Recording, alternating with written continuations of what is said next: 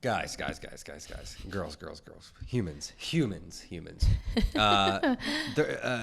Man, nothing makes me happier, to be a human in Woodford County than this next segment.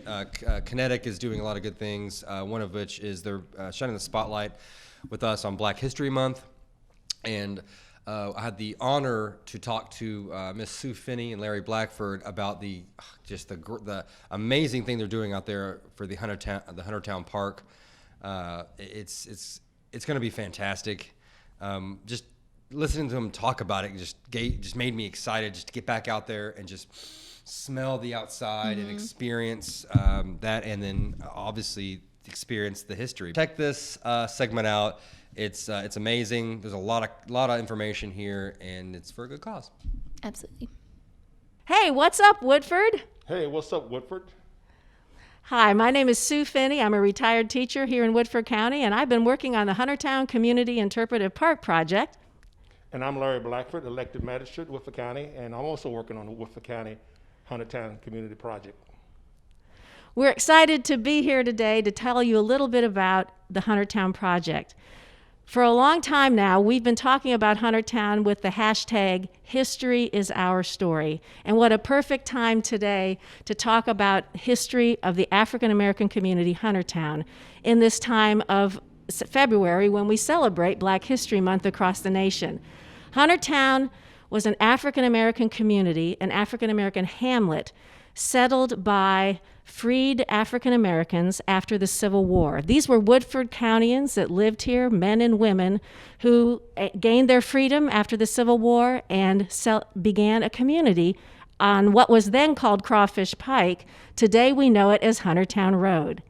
The African American history is deep here in Woodford County, and that's one of the reasons we want to celebrate that at this new park that's going to be 38 acres of trails and interpretation of what it was like to be in an African American hamlet right after the Civil War, and a community that continued all the way up until 2010. One thing that's really important to understand about the history is that this land, 50 acres, was purchased by a man named Isham Raley, who was a long-standing Woodford County resident, a family with deep history here. And he purchased this land in 1870, and in 1871, the first 5 acres were bought by a man named Jerry Gatewood, who had been enslaved here in Woodford County and fought for the Union in the U.S. colored troops as he mustered at Camp Nelson, along with nearly 500 other former slaves in Woodford County who fought for their freedom in the Civil War with U.S. colored troops. So the history is deep, and one that we know is going to have a great impact on everybody understanding our deep roots here in Woodford County. We're connected together. The community, no matter what race, no matter what color, no matter where we are, we're connected in our shared history on this space. Maybe, Larry, you can talk a little bit about the importance of African American history in the community here. Yes, thank you, Sue. First, I want to thank Sue. I have to do this because, for somebody to have the kind of spirit of doing this kind of work for this community park, we owe her a lot. And we got a lot of people involved in it, but it's her spirit and her wanting to make this become something vital in this community of great history. I want to thank her so much for it. Now, why is the history so important for African American community? First of all, it preserves a people and a community, and I think that is so important to have to legitimize a community of people who lived in the community, who worked hard, who had a great community, who did many things in that community, and had a lot of important people or successful people come out of that community. So that's why it's important that we celebrate this African American community and make it a part of our community and bring back its history to enlighten people in this community that we had a thriving community out there at Huntertown Community Park. And so I'm excited about doing it. Also, the history part of it is it inspires people, because just think about your roots. I was born on Macy Avenue. I even go back to Macy Avenue every now and then, where I was raised and born, my roots, to remind me who I was, where I came from. And by creating this park or this community again, people who lived in the Huntertown community are able to go back over there and say, wow, this is where I was raised, this is where I ran, this is where I played, where I went to school, went to church. It's where my family was as a community. Your roots mean everything. And so that's why it's important, because if you just wipe out people's roots, it's a tragedy for people not to know where they came from or not to have something to reflect on where they came from. So that's why it's important so much too. Plus it's inspiration. To know your history, and people are preserving your history, it inspires you to keep building on your history and to bring others into your history where they will be inspired to know more about you and the kind of contribution that you made in the community and what your community is about. It just puts you in the community as legitimate and as something that has contributed to this whole community of Woodford County, as which we all have contributed here in this community. So. One thing we like to say about Huntertown as well is first of all, it's one of many hamlets in Woodford County, African-American hamlets. So places like Wooldridgetown, Jacksontown, Faywood up on the border between Fayette County and Woodford County, and many other, Furmantown, others that were part of the African-American hamlets that were all over Woodford County and in central Kentucky, Maddoxtown. Many people know of Zion Hill. Lots of places that are part of the African-American story. When we think about Huntertown, this was a thriving community, as Larry said, with shops, with a school, and the Riney B Railroad ran right through it from the late 1800s till about 1932.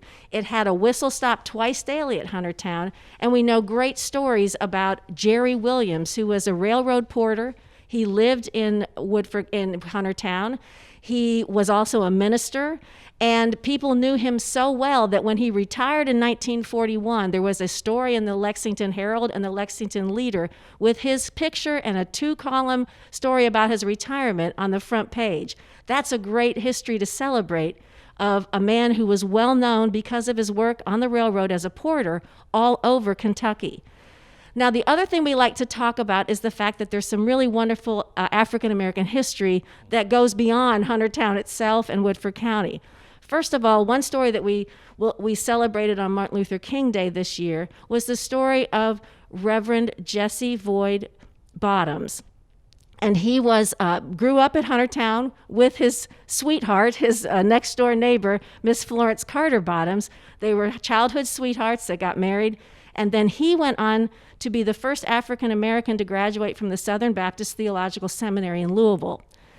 We found photographs of him with Martin Luther King in 1967. He was the pastor of Green Street Baptist Church for years, a historic African-American church in Louisville. And he, on many occasions, was with Dr. King when Dr. King came to Louisville for voter registration, demonstrations, or housing marches, and all sorts of different things that were going on during that civil rights era of the 60s. So here's a native Woodford Countian that we have photographs of sitting with Martin Luther King in front of Green Street Baptist Church, and in a great piece of history that we love to talk about.